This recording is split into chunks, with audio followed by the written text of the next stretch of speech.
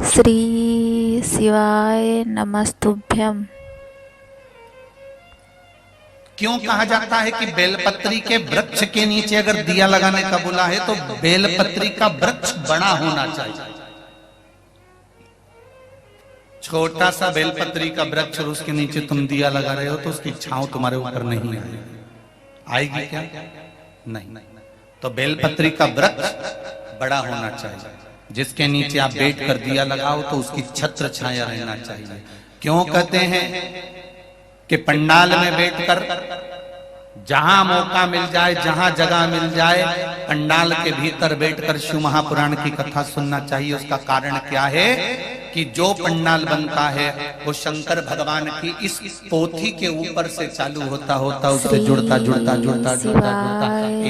2 3 4 पीछे 5 साइड में 6 ऐसे बढ़ते जाए। जब एक दूसरे से जुड़ा होता है तो इसकी छत्र छाया अंत तक पड़ी रहती है, जहां तक आप बैठे हैं। वो तो भीड़ बढ़ जाती है तो लोगों को, अब जैसे आज भी अपार भीड़ होने के कारण लोग भयंकर खड़े हुए हैं, उधर भी इधर भी और पीछे भी। पर फिर भी हम तो कहेंगे, अगर कहीं मौका मिले, आपको जगह मिल जाए तो बैठने का भी प्रयास करना। फ्रिज में जो सामान रखा जाता है, फल रखे जाते हैं तो वो सड़ते हैं। अरे बोलो जल्दी से, नहीं। फ्रिज में दूध रख दोगे तो फटेगा। अरे पीछे वाले भी बोलो रे, नहीं। फ्रिज में सब्जी रख दोगी वो सड़ेगी? नहीं। फ्रिज में अगर तुमने सामान रखा है तो वो खराब नहीं होता। उसी तरह कथा सुनने जाओ तो पंडाल के अंदर बैठो, क्योंकि ये वो फ्रिज है जिसमें एक बार कोई पहुंच जाता है तो संसार में सड़ता नहीं। श्री संसार में सड़ने से बचना है। काम, लोभ, आसक्ति, वासना, तृष्णा, मोह, ये सब मनुष्य को सड़ाने वाला है। इससे परे होना है हमको। इसलिए सत्संग में जाकर बैठने का प्रयास करा करो, प्रयास करो।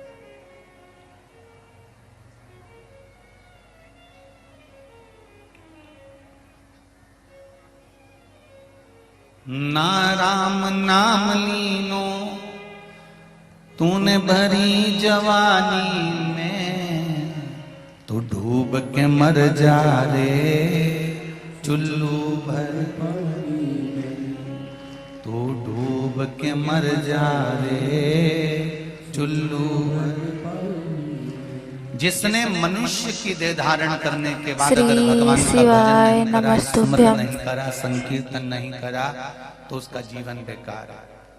बहुत ध्यान देना, पहले भी कथा में कहा, फिर कह रहा है।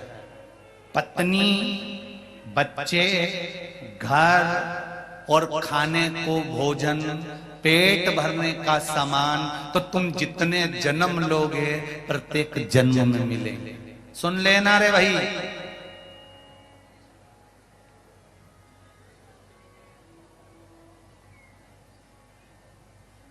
चौरासी लाख योनियों में जितने तुम्हारे जन्म होंगे, प्रत्येक जन्म में तुम्हारी पत्नी भी होगी, तुम्हारा पति भी होगा, प्रत्येक जन्म में तुम्हारे बच्चे भी होंगे, प्रत्येक जन्म में तुम्हें भोजन भी मिलेगा, प्रत्येक जन्म में तुम्हें रहने के लिए पृथ्वी मिलेगी, घर भी मिलेगा। 84 लाख योनियों में पत्नी, बच्चे, घर, सामान सब मिलता है, सब कुछ मिलेगा। पर 84 लाख योनियों में शिव महापुराण की कथा नहीं मिलेगी। ये शिव महापुराण की कथा तो केवल मनुष्य के लिए है, मानव की योनि के लिए। इसलिए कहा, नौकरी करो, सर्विस करो, धंधा करो, बिजनेस करो, जो तुम्हें करना है सब करो, पर साथ में परिवार को चलाते चलाते शिव महापुराण की कथा, भगवान का भजन कीर्तन करते चलो। तुम्हारे पास समय नहीं रहता तो इतनी कमाई में से थोड़ा थोड़ा पैसा बचाकर दुकान में भी एक टीवी लगवा लो और उस टीवी में कुछ मत करो, केवल 2 बजे से 5 बजे तक जब तक शिव महापुराण की कथा है उस समय तक उसको चालू कर कर बैठ जाओ। भले तुम ग्राहकी करो, भले तुम सारा काम करो, पर एक बात याद रखना, एक शब्द भी अगर कान में चले गया तो हो सकता है कि जिंदगी सवर जाए। थोड़ा सा ले पर ले।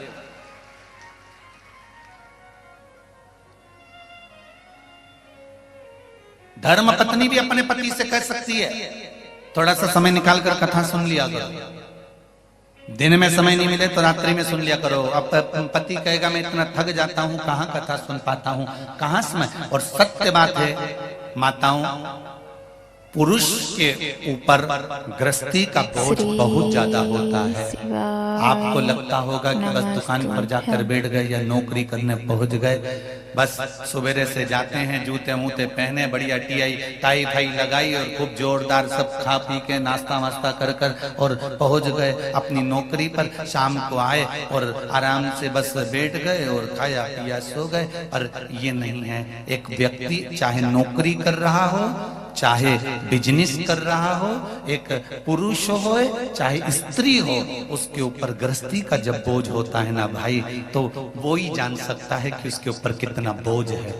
आप केवल उसका विल पावर मजबूत कर सकती हो। आप अपने पति से कह सकती हो और पति अपनी पत्नी से कह सकता है कि समय निकालकर, ये मानव का देह है, बच्चों के लिए करना है, परिवार के लिए करना है, कुटुंब के लिए करना है, सब कुछ करना है, घर भी बनाना है, गाड़ी भी लेना है, दुकान भी चलाना है, सबको देखना भालना, सब कुछ तुमको करना है। हम कह भी देंगे ना कि तुम ये सब छोड़ दो तो तुम नहीं छोड़ सकते, क्योंकि मनुष्य का शरीर जब भगवान ने बनाया तो मनुष्य ने परमात्मा से पूछा कि तूने मुझे बनाया क्यों है, तो परमात्मा ने एक शब्द कहा, मैंने 2 कारणों से तुझे बनाया है, एक कर्म का भोग भोगने के लिए, दूसरा भजन करने के लिए। मृत्यु लोक में जाएगा तो तेरे को परिवार का भरण पोषण करना पड़ेगा। ये परिवार कौन है? तो भगवान कहते हैं तेरे बेटे, पूर्व समय में तूने जिससे कर्जा लिया होगा वो तेरे बेटे बनकर जन्म लेंगे। पूर्व समय में जिसने तेरा साथ दिया होगा, तू शादी कर कर उसका साथ दे रहा होगा। पूर्व में तूने किसी का बुरा करा होगा तो कोई तो बुरा करने के लिए